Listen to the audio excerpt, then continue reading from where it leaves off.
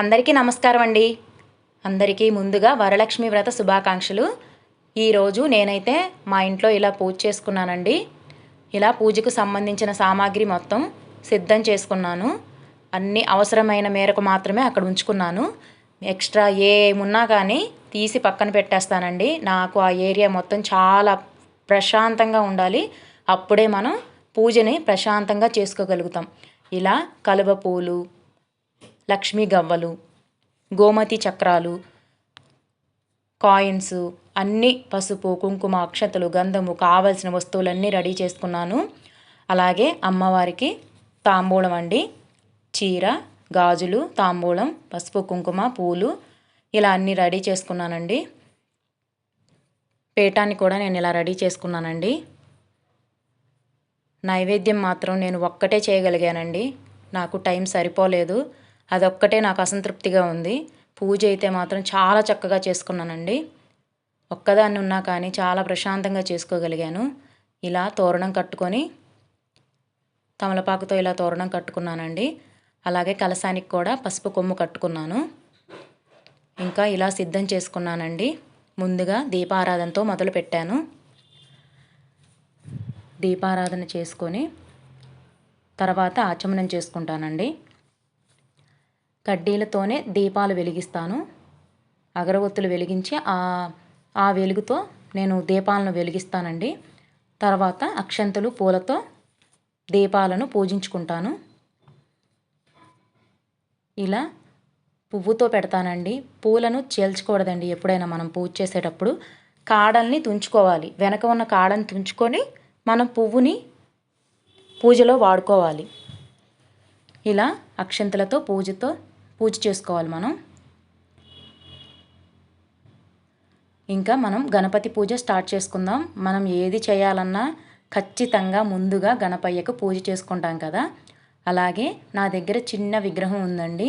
వెండి విగ్రహం అండి ఇది. కాకపోతే చాలా కాలం నుంచి వాడుతున్నాను, అందుకే ఇలా ఉన్నాయి. యజ్ఞోపవీతం వేసుకున్నాను స్వామికి. అలాగే పసుపు, కుంకుమ, అక్షంతలు, గంధముతో ఖచ్చితంగా పూజ చేసుకుంటాను. బెల్లం నైవేద్యంగా పెట్టానండి. ఆయనకు ఎన్నున్నా కానీ బెల్లాన్నే నైవేద్యంగా పెట్టాలి. ఆయనకు అదే ఇష్టం కాబట్టి. తర్వాత కలశానికి కూడా ఇలా పూజ చేసుకుంటున్నానండి. పసుపు, కుంకుమ, అక్షంతలు, గంధము, పూలతో పూజ చేసుకుంటున్నాను. కలశానికి తాంబూలం కూడా నివేదన చేశానండి. మనం ఏదైనా పసుపు, కుంకుమ ఇచ్చినప్పుడు కొంచెం నీళ్లను అలా చిలకరించి నివేదన చేసుకోవాలి. ఇంకా అమ్మవారి రూపాన్ని ఇలా పసుపు ముద్దలో చేసుకొని వస్త్రధారణ చేసుకున్నాను. పూలతో అలంకరించుకున్నానండి. ముందుగా పసుపు, కుంకుమ, అక్షంతలు, గంధముతో పూజ చేసుకోవాలి. పూలు ఈ 5తో మనం పూజ చేసుకోవాలి. మీ దగ్గర వెండి పళ్ళెం ఉంటే మాత్రం ఇలా చేసుకోండి. చాలా చక్కగా అమ్మవారికి చాలా ఇష్టం అండి ఇలాంటివి. ఏదైనా మనం ఎంత చక్కగా చేసుకుంటే మనకు కూడా అంత ప్రశాంతంగా ఉంటుంది. హడావిడిగా ఏదో అయిపోవాలి అన్నట్టుగా చేసుకోకూడదు. ఏ పూజ అయినా సరే మనసు ప్రశాంతంగా ఉండాలంటే అన్నీ రెడీ చేసుకొని కూర్చోండి ముందు. ఇంకా ఇలా పూలతో అలంకరించుకొని అమ్మవారికి కూడా తాంబూలం ఇచ్చాను. ఒక్కసారి అమ్మవారికి చూపించుకొని కొంచెం నీళ్లు తీసుకొని మళ్ళీ ఇందాకట్లాగే నివేదన చేసుకోవాలండి. ఇక్కడున్న లక్ష్మీ అమ్మవారి విగ్రహం చూశారు కదా, ఆ అమ్మవారికి కూడా పసుపు, కుంకుమ, తామర పువ్వులో పెట్టుకుంటానండి. నేను విడిగా తామర పువ్వు లాంటి కింద ఆమెకు పీఠం కూడా తీసుకున్నాను. చిన్నదండి, మన స్తోమతకు తగ్గది అంతే. ఎంత ఉంటే ఏమిటండి, మనసులో దైవభక్తి ఉండాలి కానీ. ఇలా వెండి పూలు 108 అండి ఇవి. ఈ 108 పూలతో అమ్మవారి అష్టోత్తరం చెప్పుకుంటూ ఒక్కొక్క పువ్వును కళ్ళకు అద్దుకుంటూ ఇలా పూజ చేసుకుంటున్నాను. వీటిని చాలామంది గులాబీ పూలలో గుచ్చుకొని ఆ పువ్వుని పెడతారండి డైరెక్ట్గా. చూసారు కదా ఎంత కలగా ఉందో అమ్మవారు. వెండి పూలతో మునిగిపోయి అమ్మవారు చాలా అందంగా కనిపించారు నాకు. తర్వాత ఇవి లక్ష్మీ గవ్వలండి. వీటిని కనీసం 33 అన్నా ఉండాలండి మీ దగ్గర. ఇవి 108 ఉండాల్సిన అవసరం అయితే లేదు. ఇవి 33 ఉండొచ్చు. అలాగే గోమతి చక్రాలండి.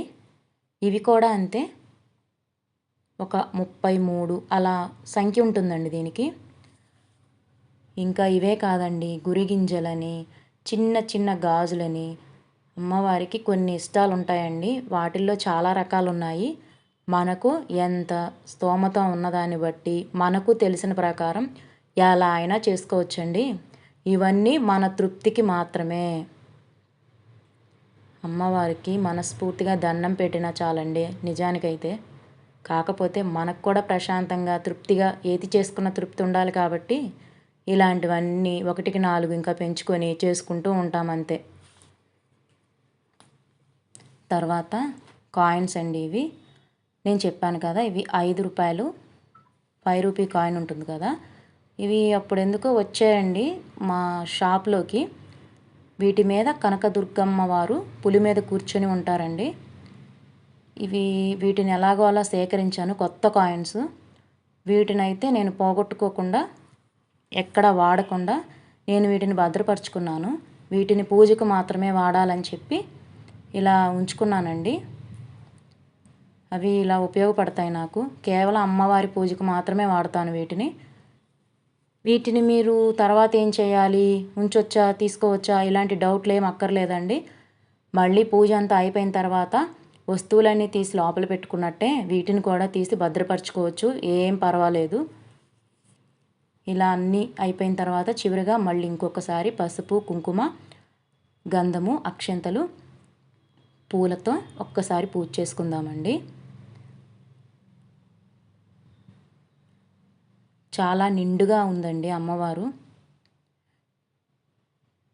ఇంకా కాయిన్స్ తర్వాత నేను పూలు ఉన్నాయి కదా, మనం ఏ పూజ చేసుకున్నా పూలతో పూజ మాత్రం చివరిలో చేసుకుంటే ఆ పూలు కూడా ఆగం కాకుండా ఉంటాయి, చాలా అందంగా అలంకరించుకోవచ్చు. మీ దగ్గర ఎన్ని ఉంటే అన్ని పూలు పెట్టేయచ్చండి. అది ఆచమనం చేసిన నీళ్ళని మాత్రం మీరు వాడకండి. ఆచమనం చేసుకున్న తర్వాత వాటిని పూజలోకి అస్సలు వాడకూడదండి. ఇలా సపరేట్గా గ్లాసులో వాటర్ పోసుకొని ఆకు వేసుకున్నాను. వీటిని ఇలా నైవేద్యానికి కానీ ఆరగింపులకు కానీ వీటిని మాత్రమే వాడుకోవాలి. ఇప్పుడు ఇది ప్రసాదం కాయ అన్నమాట.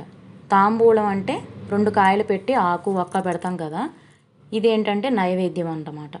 నైవేద్యం ఎప్పుడైనా సరే కాయను అలాగే పెట్టేయకుండా కొంచెం తుంచుకొని పెట్టాలి. ఇంకా పూజ అంతా చాలా వరకు కంప్లీట్ అయిపోయింది కదా, అందుకే మళ్ళీ ఒక్కసారి వాటర్ చల్లి మొత్తం అమ్మవారికి నివేదన చేసుకుందాం. ఒక్కసారి అక్కడ ఉన్న సామాగ్రి మీద చుట్టుపక్కల 4 వైపులా పైన ఇలా నీళ్లు చల్లుకోవాలి. కలశం ఎలా పెట్టానో చూపించలేకపోయానండి, ఇంకా లాంగ్ వీడియో అయిపోతుంది, మీకు బోర్ కొడుతుందేమో అని చెప్పి నేను అది తీసేశాను. ఇంకా ఫైనల్గా కొబ్బరికాయ కొట్టుకుందాం. ఓకేనండి, కొబ్బరికాయ కూడా చాలా చక్కగా పగిలిందండి. ఇంకా నైవేద్యం కూడా నివేదించాను. ఫైనల్లీ హారతిస్తున్నాను. ఇలా హారతిచ్చుకొని మొత్తం ఉన్న ప్రసాదాలు, బట్టలు అన్నీ అక్కడ ఉన్నవన్నీ ఒక్కసారి నీళ్ళతో ఒక్కసారి చల్లుకొని పూజని ఇలా సమాప్తం చేసుకున్నానండి. నాకున్న అసంతృప్తల్లా ఎక్కువగా నైవేద్యం చేయలేకపోయాను, అంతే. ఒక్కటి మాత్రమే చేయగలిగాను, అది కూడా చాలా కష్టంగా చేశానండి. ఇంట్లో అస్సలు కుదరలేదు ఆ రోజు. మాది హోటల్ అని చెప్పాను కదండి, దానివల్ల నేను అన్ని రకాలు చేయలేకపోయాను. ఇంకా ఫైనల్గా మా వారితో అక్షంతలు వేయించుకుంటే నా పూజ కంప్లీట్. నా పూజను మీకు నచ్చితే లైక్ చేయండి, సబ్స్క్రైబ్ చేసుకోండి నా ఛానల్ని. థ్యాంక్ యూ సో మచ్ అండి.